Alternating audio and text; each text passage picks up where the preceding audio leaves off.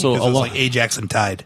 So along those lines, I assumed that since you were going to use that character name, that you were going to use that character that you played in that game that we played. Mm-hmm. And I was going to use the name of the character that I played and make that guy, who was essentially a barbarian. I decided that I'd done that too much. So I decided I'd play a different kind of character, which is essentially just another kind of barbarian, I guess. But well, you were a ranger. I was a ranger. I played a ranger, and he was a barbarian, but his class was ranger. Right. I played a ranger that was an Ullman, which in Greyhawk is essentially like playing an Aztec.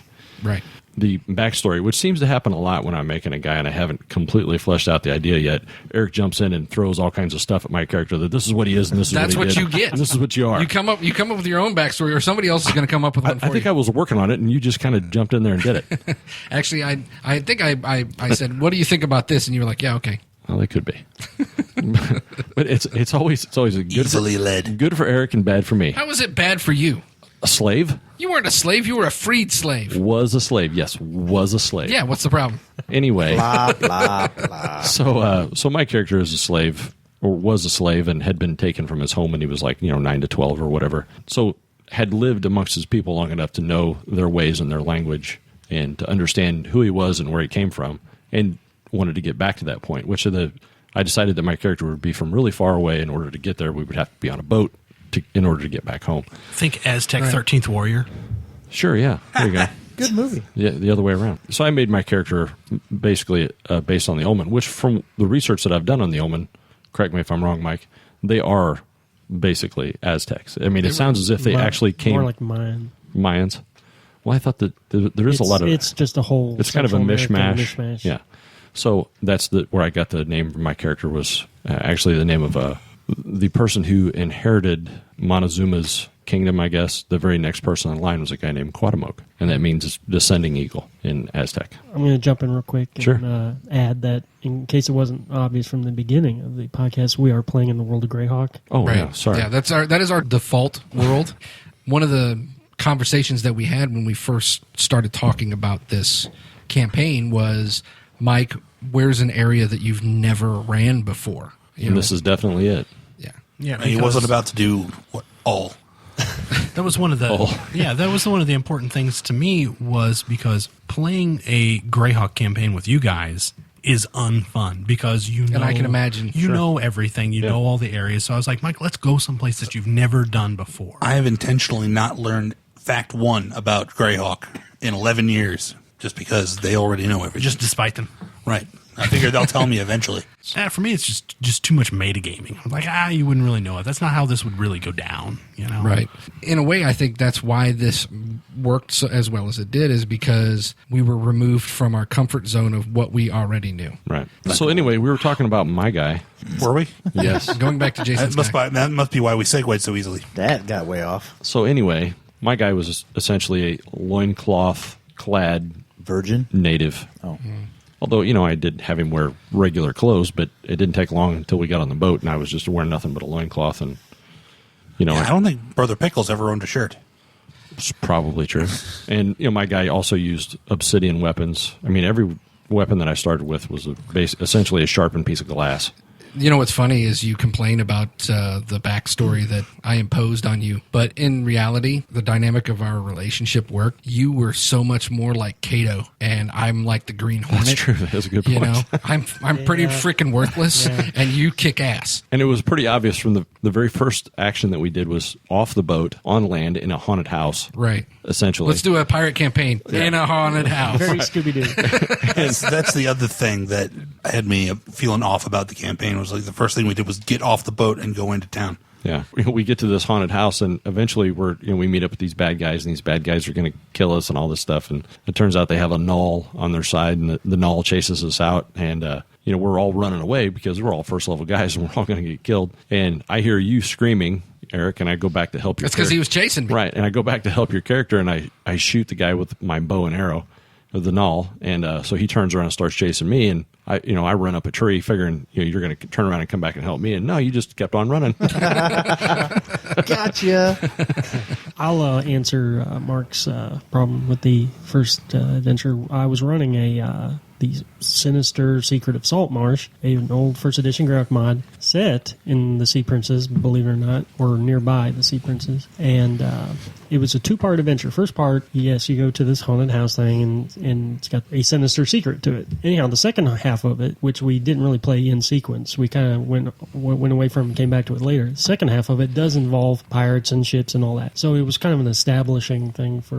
But we botched the first half so bad that we had to didn't come get back the to it second way half. later. Right. Right. I think we forgot that we were first level guys. I think that's why we that's a botched it so reoccurring bad. theme of this campaign also is that we consistently lost fights. Like Yeah. every fight. Well, yeah, there went was no south. stand and fight it Oh out. no. And I think that added to That's its how charm. Sean and I ended up on the Right. on the other ship. Right. Yeah, and I think that added to the charm of the campaign also. Yeah, but I think we came back eventually, and those guys that had beaten us before, we came back and... Well, it like really the actually Null. felt like we progressed into Yeah. greatness rather than just starting out really awesome. Right. Like the Null, I'm not sure if it was the same Null or not, but I do remember killing a Null and wearing his skin as a trophy. As I recall, you didn't properly cure it. No, why would I? Rot it off of it. Ugh.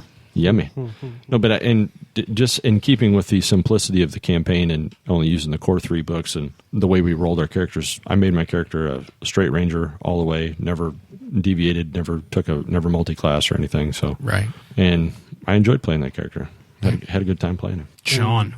I play Captain Morgan. He's a thief, inspiring wannabe actual captain of a ship someday. You never went off of Rogue, did you? No, he's basically straight rogue. I did start taking some of the skills to become a captain, because there was like, I don't know, Because you want geography you want the prestige class. Yes. There's prestige class in Stormwreck. In Stormwreck, right? Yeah. It's like the legendary captain. Yeah. Yeah. I started going that route. So, but he's basically just...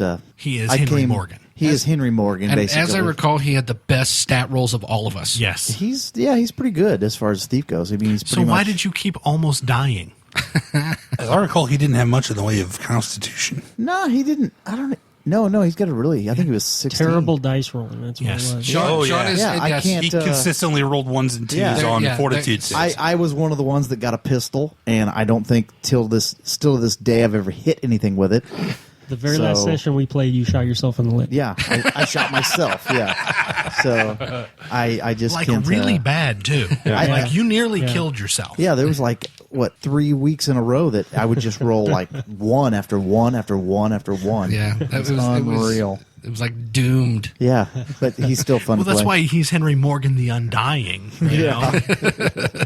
But I came into the campaign late, so Yeah, we were already. was- What level were we when you first It's started? like third I or think. fourth. somewhere in there. But it was basically, hey, we're playing pirates. I'm like, first thing that popped in my head is, Captain Morgan. That's right. Imagine that. As it would.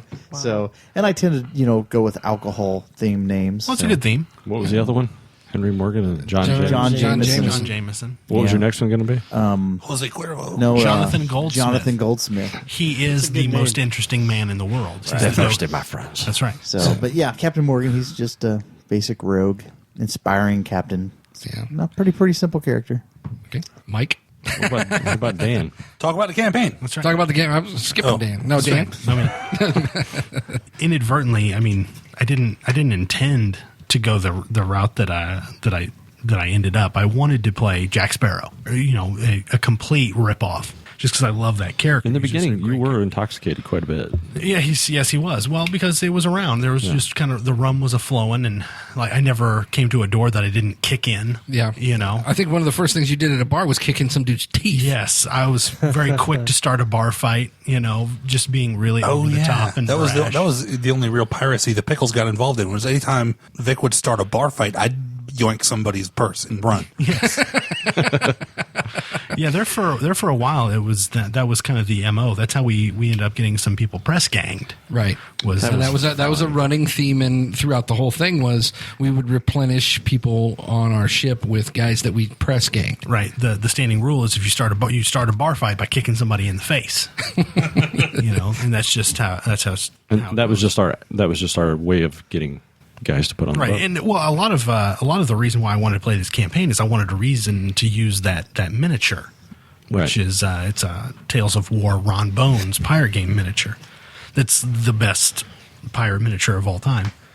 But so I made Vic. He started as a fighter. I did kind of the opposite of Eric. I went fighter, rogue, fighter, and then because I'm constantly punching people just because that's just what pirates do. You just get into fist fights. I took a level of monk, so whenever we start playing up again, I'll be able to stunning fist people now, which will be wonderful.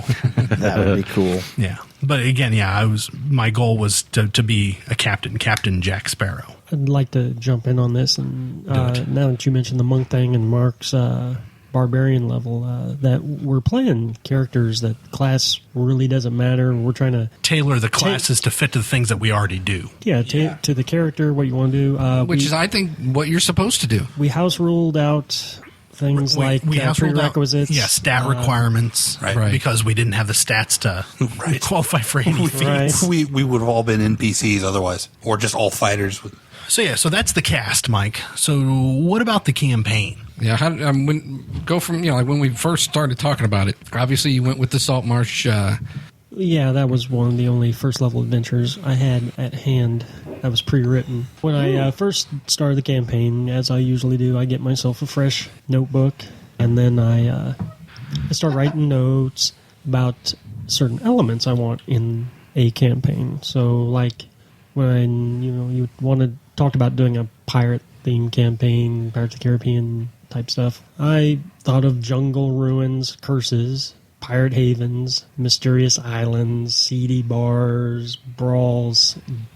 So you wrote down a bunch of keywords. Yeah, keywords. Okay. Sea battles. We were going to go low magic, but I still wanted to have some supernatural elements to it. So you still had, we still had clerics of gods and things, but we didn't. There was never any wizards. Yeah, hardly. just to say no magic users whatsoever. But there were still They're too smart to get on some a boat. magical items in there, but nothing that was ever. I don't think it was. Gratuitous, I think the biggest thing we got was a +2, and I don't think we ever used it. See, that is funny, but like the one good magic item we got was a +2 longsword. None of us used longsword because it's just not the pirate way, so it just sat in the stash. The very first week. You guys gave it to Snorri. Yes. Right. When we got a guy that would use his longsword, Right. here you go. Once, that's another thing about this campaign was like we ended up with extra characters and extra ships. Well, I got a +1 ring the very first week. So I had a Marine named Snorri Snorrison, who's basically a Viking. Right. I think that was my Ended up favorite. with the- My favorite part of this whole campaign was getting to play other guys. Yeah. And that's something that I was going to bring up is, that was, Mike, you were running it. We've mentioned this before, how it was kind of a George Martin feel where you were seeing perspectives of different things and things started splitting up. And, we've got 5 people sitting here as players, and let's say 2 of the characters got captured and were on one of the ships. Well, then we had to come up with some characters for everybody else to play. Mm-hmm. So then you would just hand out NPCs on cards and say, these are the guys you're playing this evening. It was ridiculously easy. Yeah. Yes. And Eric and I got to play 2 cowards or deserters, I guess, which Right. it's kind of hard to be a deserter on a boat. Which is funny because we ended up playing them, and then they ended up being on our real ship. Yes, I think Right. I think every extra character we've played, except for 2 of Dan's guys that was kind of and one of Mark's guys. Yes. Yeah. I think all of the rest of them are on our boat. McGarnacle. I played one of the pirates. Oh, he's not on a boat. He'll Oh, come back okay. one day. He'll come back Yes. someday. So we did a lot of these non-player character one-shots. Everyone at one time or another played someone who wasn't part of the original player character crew. And it kind of gave it a little more sense of realism that these player characters weren't doing everything. Right. Right. Did that not start whenever we just kind of jokingly said, no, we're just going to send other members of the crew to go do the dirty work? That's when the we light didn't bulb wanna- went off. Yes. We were just trying to outsource. Well, yeah, we always joke.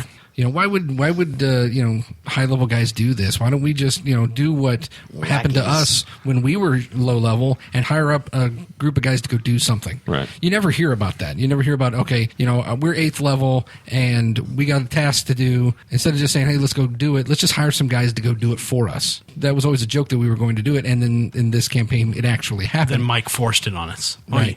But yeah, Yes, I rather ended than up- getting out of playing it, he just made us play more. Right. Oh yeah. But the goal to that is now you have a lot of NPCs floating out there that someone else has had a hand in playing, and as a result, you tend to care a little bit about those NPCs, Right. Or what happens to Yeah, them. if Bill Palsy gets on a ship fight and I see him he's about to get a shot, my real character might take the bullet. Right. Or Bill Palsy was well, so better than No, Dark. not Palsy. well, and that's something that you would always do. Also, is after the fight was said and done. Let's say we had a ship battle.